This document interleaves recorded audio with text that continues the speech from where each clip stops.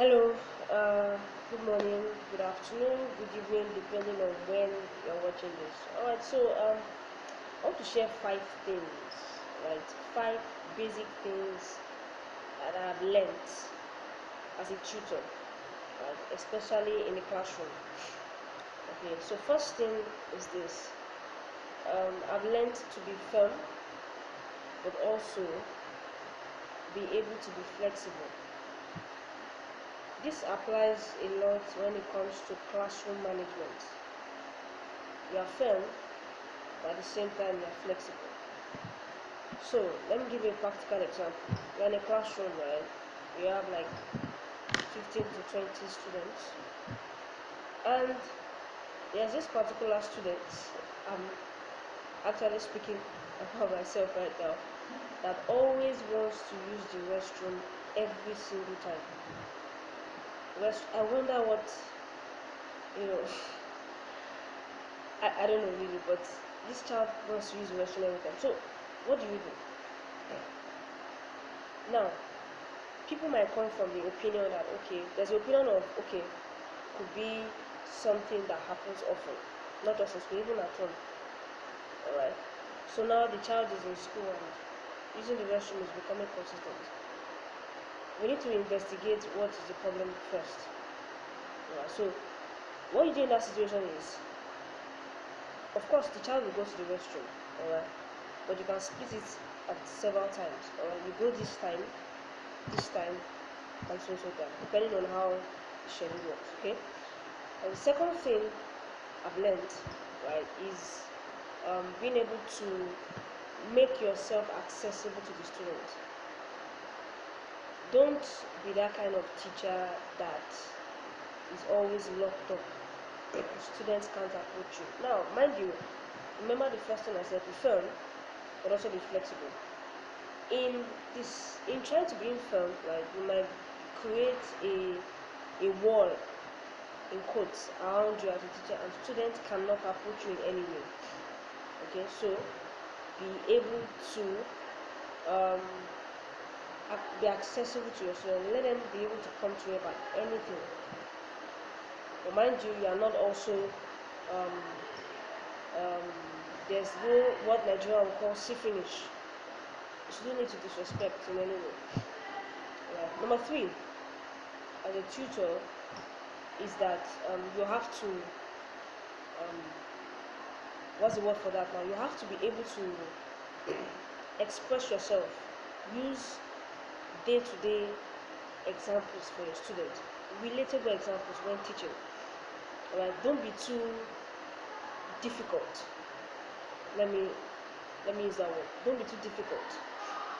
So you're explaining a simple concept, right?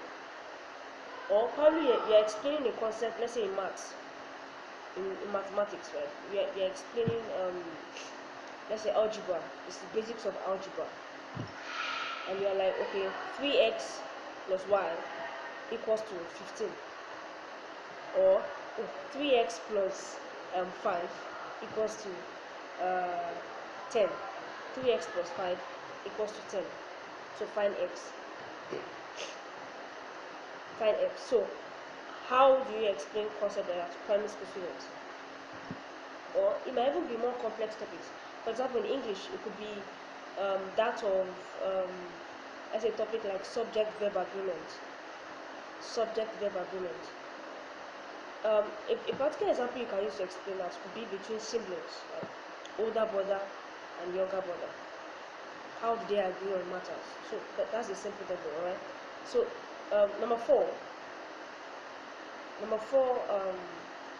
key thing that you should take note as a tutor is aside from now, let's quickly do a recap. Right? So number 1 is what? Be firm. So be firm, but also be flexible. Number 2, be accessible. Number 3, use relatable examples when teaching difficult or complex concepts. Right? Relatable, even if the topic is a simple topic, still use relatable examples. Alright. Number 4, create an atmosphere in your classroom that ensures respect, mutual respect, accountability, and also social social improvement. So I noticed a particular example. I noticed in my class that when students are in the class and another student walks in, they don't greet. They just come in, and the next thing someone is saying, "Hey, where's the pen I gave you yesterday?" And I'm like, "Is that the first thing?" So create a culture in your classroom where social interaction is prominent. Now, mind you, this should not lead to excessive noise because they are kids, so that can translate into noise making and all. But create a culture whereby when you see someone walking, even if your fellow students, especially your fellow students, the first thing they should do is to greet. Oh, good morning, Melvin. Good morning, Amanda. Good morning, Sandra. Good morning, Kendrick. Good morning, Sam. Good morning. Good morning. You learn to greet each other when someone walks into the classroom.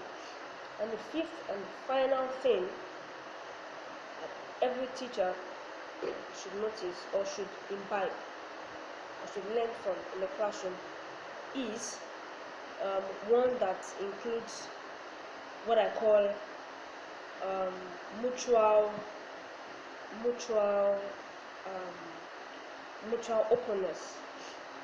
Now, remember I talked about the fact that students you should make yourself accessible, right? This fifth point also links to the um, um, third point where I mentioned teaching using relatable examples. Right? So also as a teacher, when make yourself such that you can easily use you can easily I know there's an etiquette whereby a teacher shouldn't bring, of course students shouldn't bring personal issues from home to school. I mean, oh, this happened, except for um, rare cases whereby issues at home have to be investigated and all. When I mean openness, it's okay to make a mistake and share it. Oh, I did this, and do you get what I'm saying? So it will create an atmosphere whereby making a mistake in a classroom is not something that students should be scared of. Now, when I mean share your mistakes, I'm talking about what you did 10 years ago. No.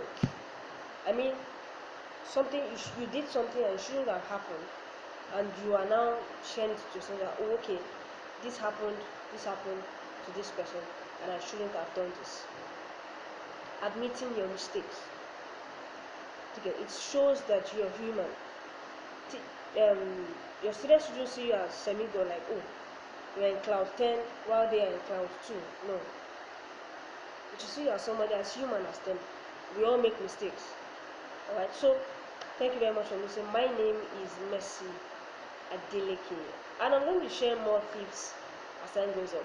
Let me know in the comment section which one is relatable to your classroom experience. Alright, bye bye.